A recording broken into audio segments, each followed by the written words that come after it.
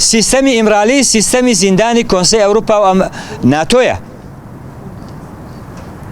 بۆیە کە یەکەم ڕۆژ ڕێبەرۆجەلان ئەبن بۆ ئەو زیندانە، ژنێکی کۆنسەی ئەوروپا دێت دەڵێ من نوێنەری کۆنسەی ئەوروپام، تۆمان لێرە داناوە ئێمە چاودێری ئەم زیندانە ئاکەین.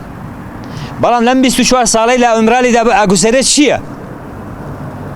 ئەشکەنجەیەکی بەردەوام، گۆشەگیریەکی بەردەوام، ڕێگە بە هیچ جۆرێک لە ئەوەی کە هەواڵی دەرەوەی پێبگا لە دەرەوە بتوان پەیوەندی پێوە بکەن، هەموو ئەمانیان پچراندووە.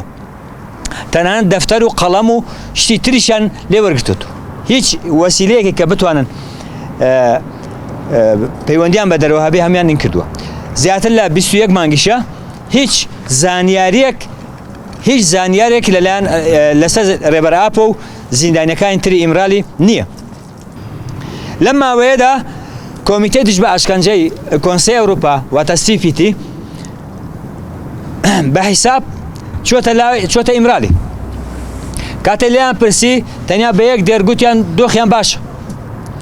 بەڵام دوای ئەوە کە زانیاری دەستکەوت، پارێزەرەکان زانیاریان بەدەستکەوت کە CPT چووە بۆەوەی کە لە ئیمرالی هەواڵان ڕێبەرئاپۆ ببینێ، بەڵام ئەم چاوپێکەوتنە ئەنجام نەدراوە. نەک جارێک دوو جار چووە بۆ ئیمرالی، بەڵام هیچ چاوپێکەوتنێک ئەنجام نەدراوە. ئایا دەوڵەتی تورکیا نەیهێشتووە؟ یان ڕێبەرۆژەلان بۆ خۆی نەیویستووە ئەم چاوپێکەوتنە ئەنجام بدرێ؟ یان دۆخێکی گوماناوی و دۆخێکی شاراوە هەیە و گەلی کورد و پارێزەران و کەس نایزانێ؟ لەبەرەوە زۆر دۆخێکی مەترسیدار لە ئیمرالی هەیە. ژیان و تەندروستی ڕێبەرئاپۆ بۆ گەلی کورد، بۆ گەلانی تورکیا، بۆ جیهان مەسەلەی شەڕ و ئاشتیە، مەسەلەی مان و نەمانە. بۆ گەلی کورد بەم شێوەیە، بۆ بزوتنەوەی ئازادی بەم شێوەیە. ئەگەر CPT دەوڵەتی تورکیا ناتۆ ئەم هەسیارەت تێناگە دەبێت تێبگێنین. دەبێت CPT و ناتۆ و دەوڵەتی تورکیا تێبگێنین کە ژیان و تەندروستی ڕێبەرۆژەلان بۆ گەلی کورد بەچووە تایەک دێ، دەبێت تێیان بگێنین. بەو زمانەی کە تێدەگەن دەبێت تێیان بگێنین. بە چ زمانێک تێدەگەن دەبێت بەو زمانە تێیان بگێنین. چونکو ژیان و تەندروستی ڕێبەرۆژەلان بۆ ئێمە هەموو شتێک. ئامانجی ئاساسی ئازادکردنی ڕێبەرئاپۆ. چونکە ئازادکردنی ڕێبەرئاپۆ چارەسەری پرسی کورد، دیموکراتیزەکردنی تورکیا، دیموکراتیزەکردنی ڕۆژهەڵاتی ناوەڕاست، بەیەکەوە ژیانی ئازادانەیگەران لەم خاڵەدایە. ئەمە بەدینەیە، ئەوانی تریش بەدینایە. لەبەرەم خاڵە گرنگە ئەم بابەتە بزانێ. دۆخێکی تر کە پەیوەستە بە ڕۆژهەڵاتی کوردستان و ئێرانەوە، تامان لە ڕۆژهەڵاتی کوردستان و ئێران شۆڕشێکی گەورە ڕوویداوە، بەرپا بووە. ئەم شۆڕشە شۆڕشی گەلە، شۆڕشی فلان و فیسار نییە. قۆناغی یەکەمی خۆی باش تێپەڕاند. لەم قۆناغی یەکەمە ئامانجیان چی بێ، پەرادیگمایان چی بێ، ڕێبازیان چی بێ و دروشمیان چی بێ. شۆڕش لە قۆناغی یەکەمدا ئەمانەی زۆر بەڕوونی یەکلایی کردو. زۆر کەس هەوڵیدا لێرە باشووریش و لە شوێنی تریشەوە هەوڵیاندا دروشمی ئەم شۆڕشە، ئامانجی ئەم شۆڕشە تێک بدەن و بەلا ڕێیدا ببن. بەڵام ئەم شۆڕشە شۆڕشی ژیان ئازادیە بە پارادیگمای مۆدێرنیتەی دیموکراتیە بۆ گۆڕینی کۆی سیستەمە. ئەم شۆڕشە هیچ داواکاریەکی لە ڕژێمی ئێران نییە، هیچ داواکاریەک. ئێوە دیقەتان کردووە، هیچ داواکاریەکی نییە. مەسەڵەن ناڵێن فلان قانونمان بۆ بگۆڕن، ئێمە بۆ ئەوە ڕاپەڕینمان کردووە، فلان یاسامان بۆ بگۆڕن، فلان قائینمان بۆ بگۆڕن. هیچ داواکاریەکیان نییە. ئەم گەلانە یەک داواکاریان هەیە، ئەویش گۆڕینی کۆی سیستەمی ئێرانە. قۆناغی یەکەمی خۆی بڕی، ئێستا شۆڕشی ژنجیان ئازادی لە قۆناغی دووەمی خۆیدا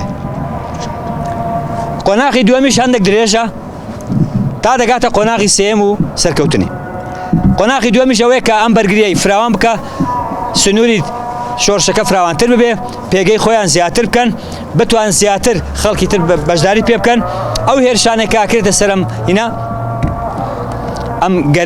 ئەم گەلانە ئەو شۆڕشگەرانە بتوان بەرپەرچیان بدەنەوە خۆیان بپارێزن بەرگری ڕەوای خۆیان بکەن و بەتایبەتی لەم قۆناغی لە 99 بۆ 2011 پەیادە بەگشتی یان پزوتنەوەی ڕزگاری بەگشتی توانی هێزێکی گەلەری لە ڕۆژاوای کوردستان دانەی 2004 نامەی ئەم هێزە درا بۆیە حکوومەتی سووریا ناچار بوو ئەم شەڕە بوەستێنێ دوای 2011 کە شەڕ لە سووریا ڕوویدا کە دوای ئەفغانستان و عێراق و یەمەن و لیبیا ئەم گۆڕانکاریانە 2011 بەرامبەری دوو ڕێگا بوو یان سیستەمێکی نەتەو دەوڵەت فاشیست هەمان بەعس بێ بەڵام ئەخوان مسلمین بەڕێوە دەبن یان ڕێگای دیموکراسی بوو ڕێگای گەلبێ سێ هێز هاتنە لە سووریا جگە لە بەعس هێزی ئۆپۆزیسیۆن بوو بەسەر ئەخوان مسلمین قەتەر سێگۆشەی قەتەر هەولێر تورکیا بوو و سێگۆشەی بەعس بوو کە ئەیران رووسیا ریژیمی بەعس بوو و ئێ خۆمان پزوتنەوەی ڕزگاری بوو کە ڕێگای دیموکراسی ڕێگای گەل بوو ئێمە ناچار بوون نەچنە نە بەرەی ئۆپۆزیسیۆن نە بەرەی دەسەڵات بچنە بەرەی گەل چونکە ئێمان ئەزانی کە بەرەی گەل بەرەی هێزە یعنی لە 2011 تا 2013 شەڕی پرۆژە بوو پرۆژەی پزوتنەوەی ڕزگاری پزوتنەوەی شەڕی پرۆژەی تورکیا پرۆژەی ئەوانە بەعس تا 2013 پرۆژە ئێمە بەسەر کەوت پرۆژەی پزوتنەوەی ڕزگاری بەسەر کەوت قۆناغ گۆڕا لە قۆناغی پرۆژە چتە قۆناغی شەڕ قۆناغی شەڕ چروودە داعش دروست بوو ئەو پرۆژەی کە تورکیا دەینا بوو تێکشکە ئەو پرۆژەی کە ناتۆ دەینا تێکشکە ئەوانە ناچار بوون لەگەل ئێمە دانیشن ئەوەژی لە شەڕی کوبانیان دانیشت لەوەی پرۆژێکی تازە هاتە ئارە کە سووریا ببێت بە دوو هەرێمێک لە دەریای سپی تا دێرەزور و مەناطقی وزە و ڕۆژاوای کوردستان و هەموو وزەی ڕۆژهەڵاتی ناوەڕاست و عێراق و ڕۆژاوا بتە بەسەر دەریای سپی بەدیلی تورکیا بێ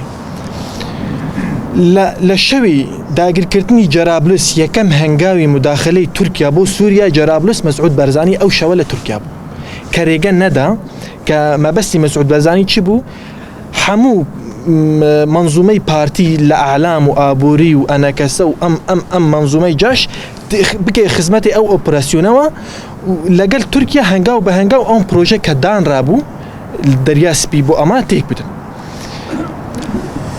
بێگومان ئێمە ئەزانی بوون پرۆژەکە چییە میساقی ملی بوو چونکە تورکیا دوای شکستنی پرۆژەکەی خۆی 2013 پرۆژەکەی گۆڕا لە ڕوخاندری ڕێژیمی بەعس بۆ میساقی ملی حەلب تا مووسڵ ئەوانە دوای ئەوە شەڕ لە ئاخیری 2014 شەڕ زیاد کرد جەرابلس داگیر کرا دوای عزاز داگیر کرا دوای ئەوە مداخلەی ئیدلب کرا دوای ئەوە عەفرین و سەرێکانی ئەم پرۆژەی تورکیا ئەمەژی سەری نەکرد پرۆژەی ڕێژیمی بەعشی سەری نەکرد تەنیا و تەنیا کە هێزی کە ڕۆژانە سەرکەوتن بەدەستدەینە لە ڕووی سیاسی و دیبلۆماسی و عسکەری و بەرێخستنی گەل و لە ناوچەکە تا کارگیری ببێ فاکتەرێکی سیاسی بێ ئەوە چارەسەرە بێ ئێمە بوون بۆیە ئەم هێزانەی کە لە دەروی منظومەی پزوتنەوەی ڕێزگاری هەموو لە جێی ئێمە ڕاوستان لە تورکیا بێ لە ناتۆ بێ لە ڕووسیا بێ بەڵام هێزی گەل ئەوانیان شکاندیان ئەتوانین بە هێزی خۆیان بە یەکدەستی خۆیان ئەم پرۆژەیان تێک بدەن دوای شەڕی عەفرین ئیدی ئەردۆغان باشکرای وت من کریدۆرێکی یانجی بەناوی کریدۆری ئەمنیە بەڵام داگیرکردنی باشوور و ڕۆژاوایە بە 30 کیلۆمترە بەڵام ئێستا 280 کیلۆمتر لە ناوخاکی هەرێمی کوردستانە و 30 کیلۆمتر لە ڕۆژاوایە خۆی نامەکە 30 کیلۆمترە بەڵام ئەگەر بۆ بکرێ تا مووسڵ و حەلەبش دەچێت